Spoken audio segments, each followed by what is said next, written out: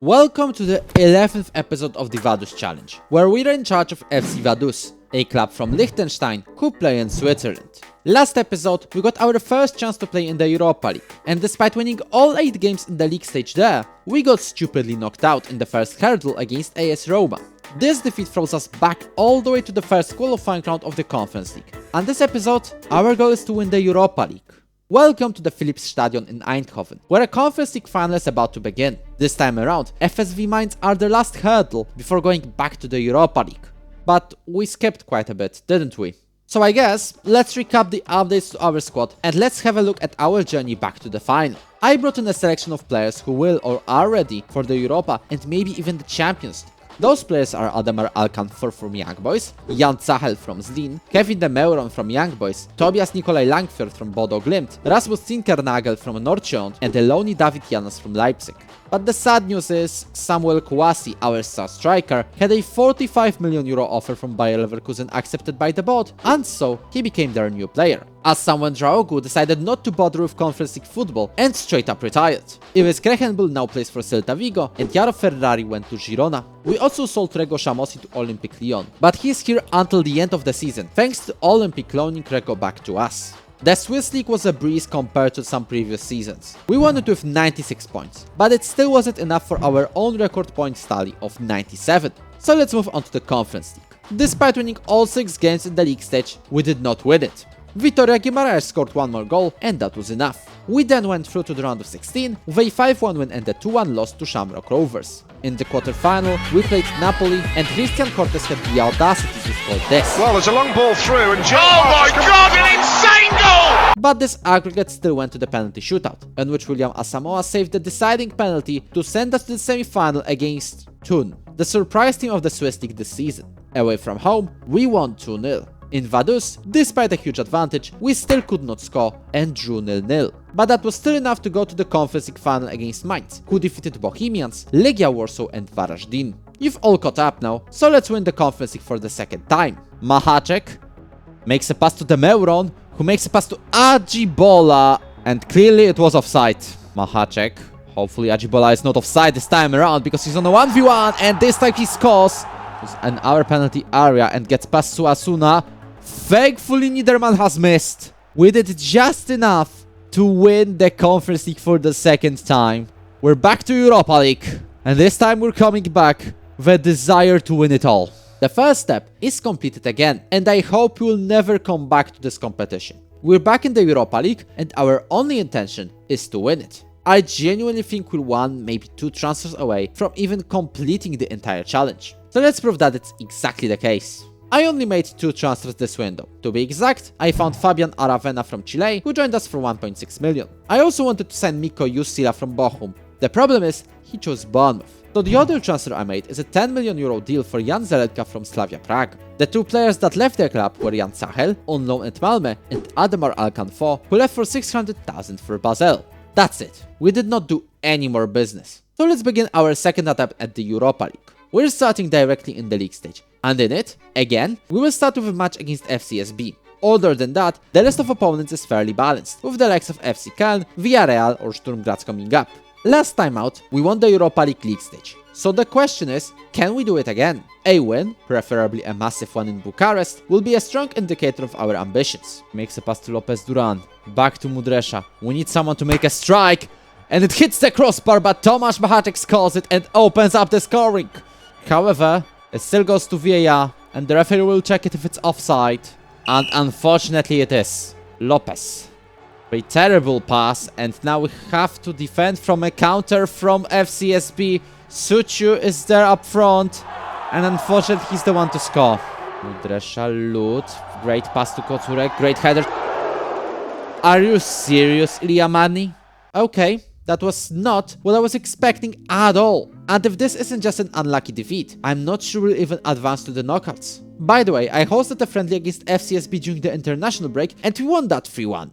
In the second match, we took on Slavia Prague. Slavia Prague wanted to defeat us in a similar fashion to FCSB, but they missed this. But then they scored. and genuinely, I don't know what's going on. Last time in the Europa League, we won all 8 games in the league stage. Our squad isn't any weaker compared to that time, yet we're about to lose our second match in a row. And yes, we only drew Slavia Prague after a penalty. I was genuinely concerned about our performance against Köln, because the game crashed. Thankfully, we did not lose pretty much any progress. To make me worry even more, Köln players started by hitting the post. However, there was nothing to worry about in this game, because in the second half, we scored 6 past the German team to win our first Europa League match this season. Now that's the Vaduz team I want to keep watching, not the one that just drew 1-0 to Standard Liège. So when we played Villarreal, I had every right to be concerned about the result. So in pure Football Manager fashion, we scored 3 in 21 minutes, ending this match with a 3-1 win. And the game crashed again! And because of that we lost 3-0. Genuinely, what is this? Can we at least win something for once? I have every valid reason to just reload and enforce the 3-1 win. And I had even more reason to reload when we scored 3 past Ajax in just 12 minutes, only to lose 6-3. Great, I had enough of this challenge. I'm calling it a day angry at me. You know what this means. The final 2 games of the league stage, against Sturm Graz and Lyon, are crucial. We have to win them both if we even want to have a chance of going to the knockouts. Tomasz Machacek started the scoring against Sturm Graz, but as usual he was offside. Then he scored again, and you guessed it, he was offside again. Unlike Tomasz, Graz's Christian Weiss knew how to position himself in front of goal, and scored 3 to break our hearts. Tomasz Machacek scored a consolation, but it was just that. It was well and truly over. We're out of the Europa League in the league stage. Wait. Despite only collecting 5 points in 7 games, we're still only 1 point behind the playoff qualification. We still could somehow make it to the knockouts. But if, and only if, we win against Lyon in the final match day and 3 of the teams ahead of us step up, I'll make it very clear. We have to perform a miracle. Bule is in the area, thankfully Pichirilo, who replaces Asamoah, who's injured today, catches the ball easily. It's not looking good, brilliant cross. And after a series of rebounds it finds the net. Gets past the defender. Machacek gets to the ball. He's been offside way too many times in this challenge. And I can see Lone players celebrating, so that's offside. For yet another time. Cortez gets past the defender. Can he do something out of this? Can he? Does give an assist to Magny. Magny. It's a goal. Tell me it's a goal. Nothing. I have nothing to say. I didn't want to celebrate a goal because I knew it was going off. We're out in the lead stage. And then we have to go all over again. By the way, we won the Swiss League quite easily, but it doesn't really matter. We're back to square one again. We're in the Conference League final again. This time we're taking on Valencia in the London Olympic Stadium. But yet again, we went straight to the final? I guess I'll cover everything that happened in between. The players I let go, or was forced to do so by the board, which was the case for Jan Zelenka and Tobias Langfjord, were Fabian Aravena, Jan Zachel, Emerson Suasuna, Juan Lopez Duran, Frederic Lut, and Ilya Mani. Rasmus Zinkernagel is also about to play his last game for us. After the season, he's moving to Real Zaragoza for 35 million. But who did I bring in? In the winter, during which we were still in the Europa League, we welcomed Bruno Laule from Lazan Sport and Skender Ramadani from SK Brand. The players that left were Silvanus Ajibola to Saudi Arabia and Kristen Hellman to Cagliari. And during the 90th season, the players that joined were Nick Brofer at right back from PSV Eindhoven, Erik Dierdal at centre midfield from Bodo Glimt, Peter Jürgensen, a free agent just released by Monaco, Lumir Valenta from Pardubice, Norio Cavate from Lada Bolesław, and the player I think is our best yet, Valdo, who for some reason was a free agent. Our new squad won the Swiss League comfortably. And in Europe, we progressed to the round of 16 in 7th, just behind Opava. Oh, that's my first proper long save on this channel. Check it out on the top right. In the knockouts, we went past Debreceni VSC from Hungary, Newcastle United and Eintracht Frankfurt. And now, we're back in the Conference League final against Valencia. I hope we'll win it for the third, and I have to say it, the last time. But with 60 minutes on the clock, Valencia took the lead. We were pushing hard to make a miracle and score an equalizer, which happened in stoppage time when Joachim Dibern scored. And then the rest of the match was cinema. And now it looks like I'll have to play a very attacking strat. Imagine who wins the header. Valenta. Demeuron to Valenta, who gets past the defender. He scores. Lumir Valenta equalizes. Dibern to Demeuron. He's still going. He's won a penalty. He's won a penalty. Rasmus. Right before going to Real Zaragoza. He's been stopped. He's been stopped and this means a penalty shootout. Christian Cortez starts. He's been slightly injured, but that doesn't stop him from scoring the first goal. It's William Asamoah. I was looking for a keeper in his place because he's standing 30. But no, he might stay on. He's got the talent. Does he want to show it in the Europa League? He does. He doesn't. Ryan Amri scores. David. Top corner. Needs to score. He doesn't. William Asamoah has to do it again. He doesn't. It's a top corner strike. And now we need our deciding taker, Kevin De Meuron, also score. Unlike Rasmus 120 minutes in. De Meuron. Stay. Stop. No. No. No. No. No. No. No. No. No. No. No. No. No. No. Yes! Asamoah have yet another save. Center back versus the keeper. Saved again. All we had to do is for Rasmus to score a deciding penalty. I should have moved someone else genuinely. Please. We're not watching the title celebrations.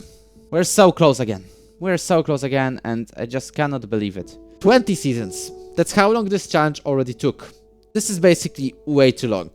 And yeah, I just cut it short. We lost to Real Betis in the semi-final. I was trying out different tactics, kept upgrading the squad, kept dodging the offers from the top teams, and getting our club to tons of debt. Genuinely, I think we've hit the glass ceiling and just cannot progress anymore. But I still wanted to go through another transfer window, give this save another chance, and quickly go to another Conference League final. However, while making the first transfers before our 21st campaign, this happened. Hold on. Turns out, for some reason, if you look at the calendar, and I'm not kidding, we're in the Club World Cup. For this tournament hosted in Tunisia, we were drawn into a group with Pyramids from Egypt, Independiente from Argentina, and Al Wahda from the UAE. We are pretty confident about our chances of going to the knockouts, and from that point, we'll just find out. Pyramids from Egypt were our first opponents on this unexpected journey. We dominated this match with goals from Luka Fernandes, Bertil Hansen, and Radim Silny. Next up, we played Independiente. And let's just say it was an absolute demolition. We ended up scoring 7 goals in a single game and guaranteed our slot in the knockouts. We rounded up this group stage with a 3-1 win over Al Wahda, although we needed 2 late goals to ensure that victory. What a performance from us in the group stage. But that's only a third of the way really. I think we have the potential to go far in this competition. But first, we have to beat International in the round of 16. Grinstead now. He's got it. Cortés! Only a save by Silva. Kocurek. Balde with a low shot. Cortés has got an opportunity. Goes on a solo run.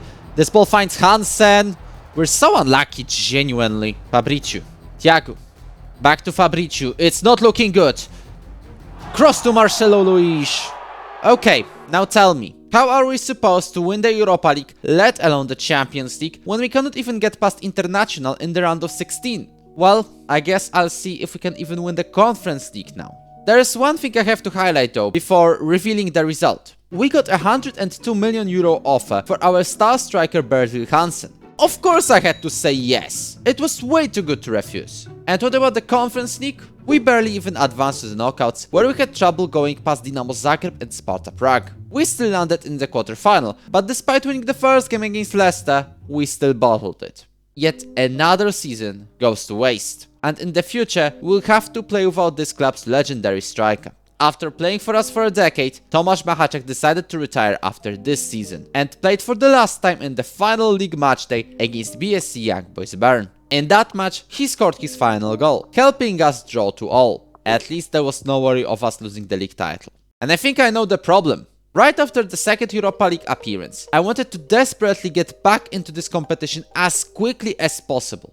Literally. Throughout those years, I often decided not to just simulate the matches, but use the go on holiday option to quickly simulate through the weeks and even months. You could also see it happen through this video. I did not even recap the transfers we made. So you missed out on us signing a right back Oludare Solanke from Sunderland for a record 33 million, or Samuel Aymon from FC Basel for 13 million, or Telat Güngör, who is meant to be the next Machacek, or 2 signings from Africa for a total of less than $1 million, Luke Nene on the right wing and Jimmy Jibambo at centre back. Because of my hurry, you also did not know we are expanding our stadium, or that I modified our tactic to a bit more attacking 4-2-3-1. The fact I kept going on holiday also led to my staff choosing the lineup for themselves, and it led to me having to deal with plenty of unhappy players, because they mainly sat on the bench. So this season, I decided to lock in. Even if you're not going to spend all 64 million of our transfer budget, which I spent on 3 players. Team Ide was already secured in the winter. Other than that, I signed Burak Chamlica from Basel, Noe Heredia from Young Boys, and broke the transfer record again on Jan Eli, a goalkeeper from OH Leuven, for 35 million. The biggest sales I made are Norio Kavata, who went to Altay for 6.5 million, and Petko Turek, who traveled to Al Nassr for 14 million. Even though I upgraded the squad again, I almost gave up on the challenge on the spot. Literally. I had this problem through the recent seasons, but this time around, I was this close from giving up on this challenge. We barely made it to the league stage, and that 5-0 win over Jagiellonia, I just switched to a 4-4-2 formation to save us. Thankfully, that change was a brilliant decision. We won all 6 games in the league stage and subsequently won it. But this form also led to us losing some players. The highlights of the bunch are Matthias Grinstadt going to Luzern, Kevin De Meuron becoming a new player for Marseille, and Rogelio Madrid going to Leipzig for a total of 60 million. In their place, I brought in Adi Novakovic for 2.3 million, Nathan for 15.5 million, and Rafael Minch for 22.5 million. The most expensive deal of the bunch, however, is a signing of Harold Bergsma for 30 million from Standard Liège. I know I shouldn't really be overhauling this team in the winter, as suggested by Noom Chakar in the comments for example, but when I see a wonderkid tag on Rafael, or have a player that caught interest of half of the world, or have Bruno Laule injured for the rest of the season, I have to. And this rebuild did not hurt our form one bit. We walked through the Swiss League again, and this was a valid reason for us to focus on the Conference League. In the round of 16, we went past FC Copenhagen with a 3-0 win and a 1-0 draw. We then played Real Betis and absolutely demolished them. We won 7-1 on aggregate and left no chance for the Spaniards. In the semi-final, we got drawn against a Swiss side, Young Boys Bern. A 2-0 win away, solidified by a 5-1 thrashing at home, were enough. We're back in the Conference League final. Here, we'll play Eintracht Frankfurt, whose path to the final went through Kocaelispor and 2 comebacks against Belgian sides Genk and Leuven. Ladies and gentlemen, let's win the Conference League for the 3rd time. We have walked through the Swiss League, so there is a chance for us to capitalize on our form compared to Frankfurt's. But now, Schunk, wow, he gets the ball sent to Minch. What a pass, by the way, to the right side. Rafael delivers a cross to Telat Güngör, and he scores an opening goal. Solanke, brilliant cross to Güngör, who's been pushed in the box, and it's going to be Luke Nene, who has the chance of doubling our lead. And he does it. Bottom corner. It's our 3rd and hopefully final Conference League title. And I genuinely hope the 3rd time's the charm.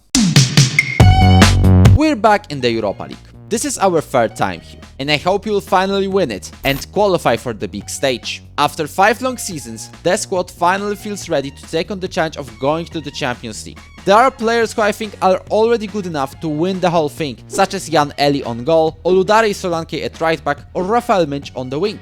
But I still had to use 30 million available in our transfer budget to make this team complete. The players who left us: Issouf Balde went to Luzern for 6.5 million, Libor Horak signed for Angers for 18 million, Dag Dalsenk went to Middlesbrough for 4 million, and I was also forced to let Luke Nene go to Eintracht Frankfurt for a total of 53 million. And who did I bring in? Barnabas Kania from Ferencvaros joined as a backup keeper. Then we have 2 new central midfielders, Dragan Grujic from Dinamo Zagreb and Gerson from International. I also brought in Rasmus Abrahamsen from Brøndby at centre back, and the final signing is Frederik Overgaard, who came from Midtjylland for a total of 15 million. And with a team that's that tiny bit stronger, we're ready to take on the Europa League, which gave us quite contrasting fixtures. We will play teams such as Shamrock Rovers or Čukarički Stankom, but also there is Chelsea and Manchester United on this list. And we'll start this Europa League campaign against the Blues. And somehow we're called the slight favorites. We pass to Novakovic. Novakovic to Overgaard.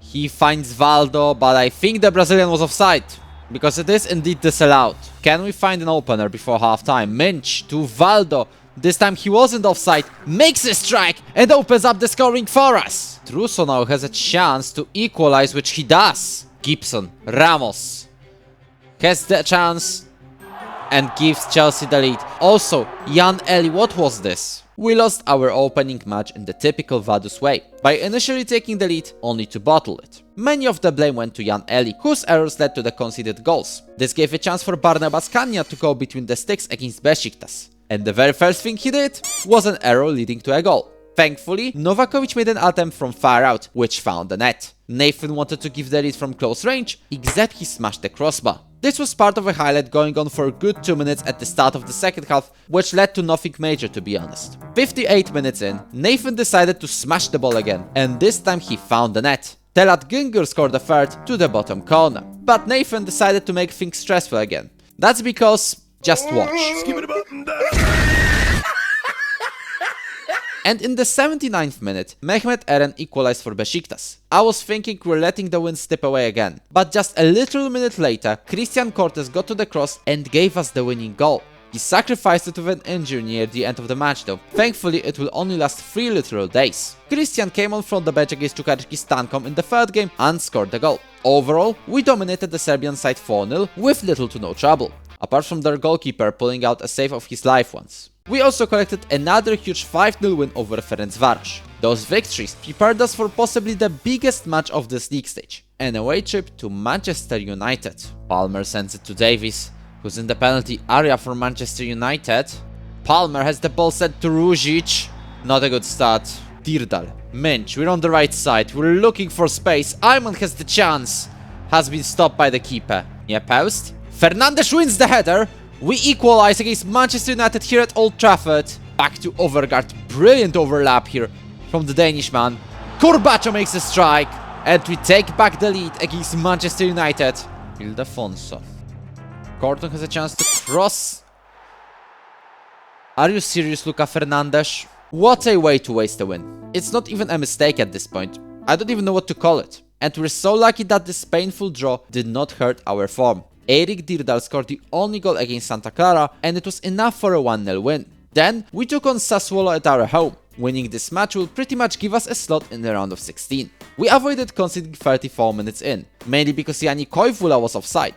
Just a few minutes later, the same Jani Koivula fouled Pablo Corbacho in the penalty area and got a yellow. Overgaard stepped up, only for the keeper to stop him. Novakovic tried a low shot at the end of the first half, but again, couldn't score because of the post. We finally found the net in the second half, when Talat Güngör finished a counter, only to be offside.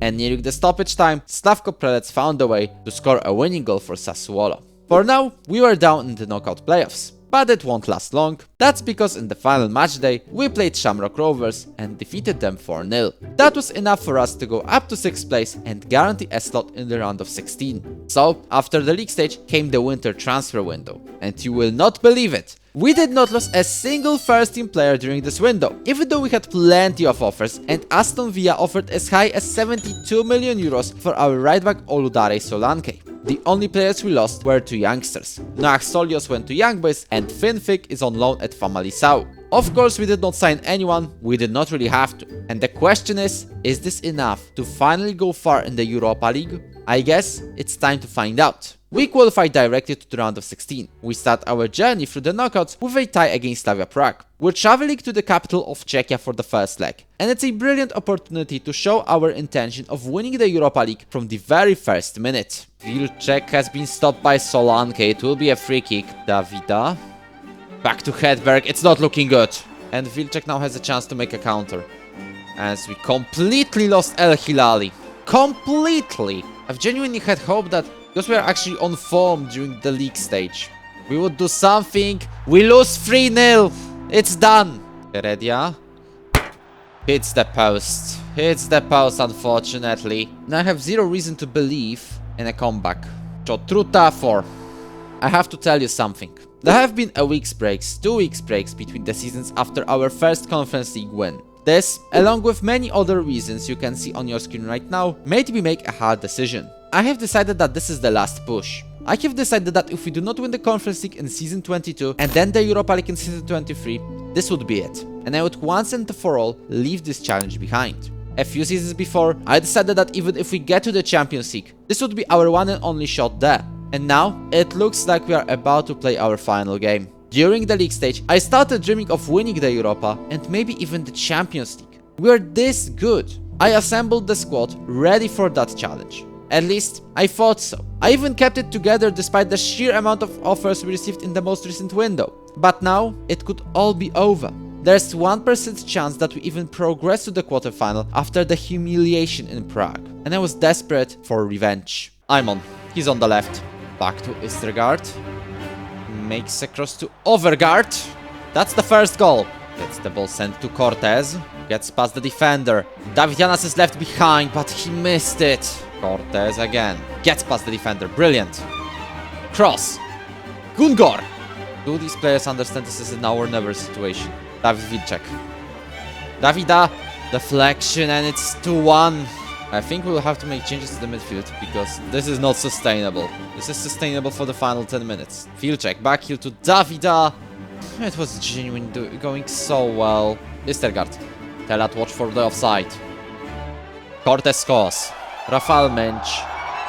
Abrahamsen hits the post. That was so close. We've wasted 2 chances that could have brought us way closer to making a miracle. And with this loss, this is it. This is the end of the road. It is the right time to admit defeat and just declare the Vaduz challenge as a loss. I tried. Genuinely, I tried. But I guess at one point, I have to stop. At least I know I can just start making some other videos with less time pressure. And I don't think I'll step into such an unimaginable amount of grind type of a challenge anytime soon. I'm probably foreshadowing a Youth Academy challenge in Kyrgyzstan or something in FM27. Oh, no, I'm not, by the way. So I guess, thank you for watching this Vaduz challenge. It was a fun journey, and it's a shame it won't get the ending it potentially deserved. If you had fun watching this adventure though, hit the like button and subscribe to the channel. I'll be very grateful for that. Speaking of the ending though, there is an idea. One idea that will make this save no longer legitimate, but on the other hand, it may get the ending it deserves. But I need to hear your opinion in the comments. What I want to do is to reload the aggregate against Slavia Prague and essentially enforce the Europa League win. Then we would give ourselves one and only chance to play and maybe even win the UEFA Champions League. I just want to see this team's full potential. But like I said, I need to know your take on it. If an overwhelming majority of you says yes to this idea, we'll be doing it. Because this is the chance to give this Vaduz challenge a proper finale. It's as simple as that.